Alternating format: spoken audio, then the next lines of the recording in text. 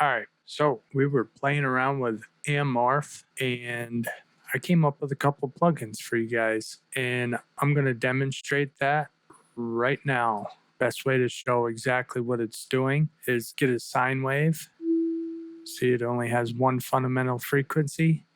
And then when I turn on the Amorph, right now it's just got the mix 100%. So when you download these, you want to set this all like this. So this is without anything on it. A little bit of drive here. That gives it some harmonics. This wow rate and flutter, they're two different things, but they sort of do the same thing. Like this grabs your second and third harmonics, I believe. Well, I can see right here quick. It like shakes your frequency. And this one's like the volume of it kind of adds like a tremolo effect, and this one's more like what's it called, a vibrato effect. So crusher, pretty cool. So then my bit rate on this plugin, which is this one's called the MK Alive, because I wanted it to make your sound more alive, you know, have a little bit of movement, a little bit of drive in the harmonics. This harmonics and character, like they'll work, especially the character and reactivity will work without the drive on, but the harmonics and character doesn't work without the drive. So it's very subtle. Just changes it a little bit, because everything else is going to change it a lot. So here we go. So this one,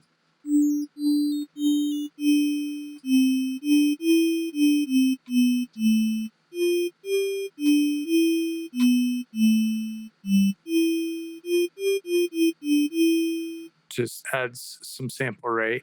This one is sample rate, but it tracks the fundamental and adds as if it's basically just tracking the fundamental frequency.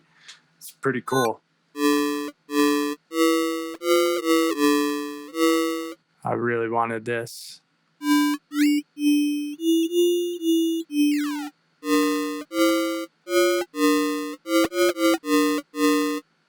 And then you can filter it.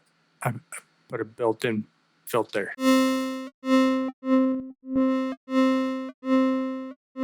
What you guys can do is you'll have the code to build this, right? And then you can modify the plugin to do more of what you want instead of what I made it do.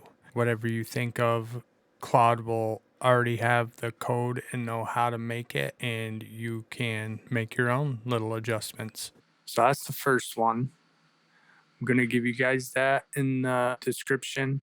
Be able to download it, whatever, and you just plug it right in here, select all, delete, then paste the actual code and compile, shabam, UI, and then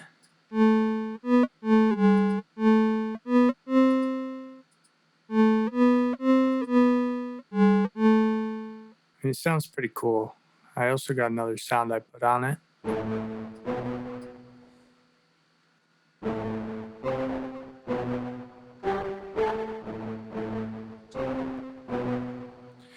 I mean, it's a degradation just to make your sound mangled. You got a mix knob. I made sure I had that. Age is kind of deceiving. It kind of just spreads it out. Movement is for wow rate and flutter rate. Feedback absolutely sucks. I don't know why I have feedback on here. I hate feedback. Maybe some people use it. Maybe it would be good. I don't know. Sometimes Crush kind of sucks too. But anyway, I just wanted to see if I could do it. See if I could build an audio plugin. And it worked. It took a lot of time to figure it out, but I finally got it. Once I did get it, I just kept running into things where I was like, well, what if I did this? What if I did this? What if I did this? And then I had the idea to do the bitrate tracking, and I was like, that might be pretty cool. What if every note you hit, the bitrate was in tune with the bitrate noise? You know what I mean? So, I mean, you can take just the regular sine wave and just make it different. That's a regular sine wave. I mean, you don't want to go making a chord with it. Doesn't tend to sound very good. I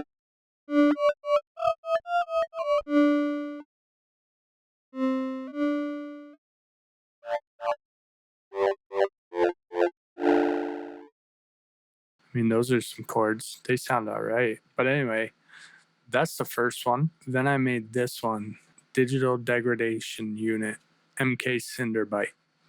And it's basically the same thing. I used that plugin, what's it called? Decimort? Yeah, I used that plugin Decimort a long time ago. The trial version, I liked it a lot, but I didn't. At some point, I was like, I'm not buying any more plugins. I'm not spending money. I'm not making money on it. I'm not spending any more money, period.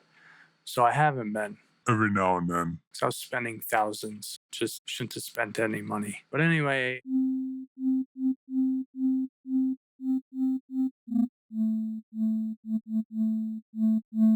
Got to bring up the level.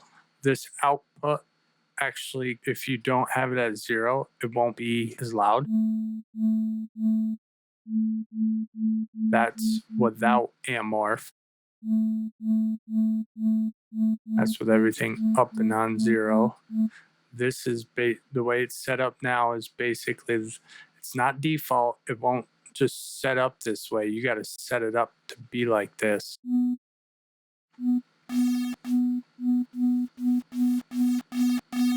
There's your bit depth, and I put a filter to cut the highs.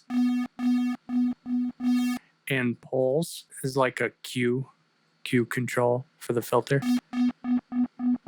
to make it more steep.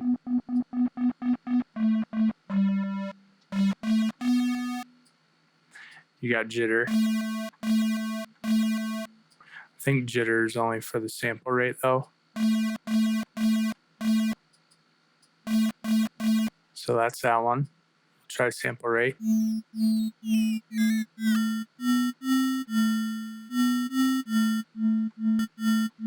Interpolation. Yeah, sample rate. Jitter's only for sample rate. Probably should have put them in a better order, but is what it is now.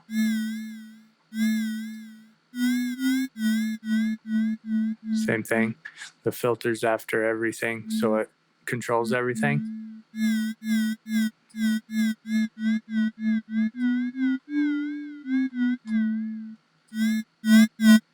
Drive knob. Turn this down a little bit. Turn up to drive. But I like this one. It's much simpler. This is like your typical degradation. It doesn't have the tracking and it's more straightforward. Put a little more time into this one, make it look pretty. So you kind of know what you're hitting. Sample rate, bit depth. I mean, it's very plain, but I did as much as I could. I mean, hopefully they get this thing to where you can really expand on it, and then it'll be a little more fun. This one's MK Cinderbite. This one is not on the front page, but it's called, MK Alive. Just named it after my initials, and then what I thought it kind of sounded like it did. Alive makes the sound more alive, and Cinderbite is sample, bit depth, digital degradation. Cinder, fire, bite, digital. That's how I came up with that name.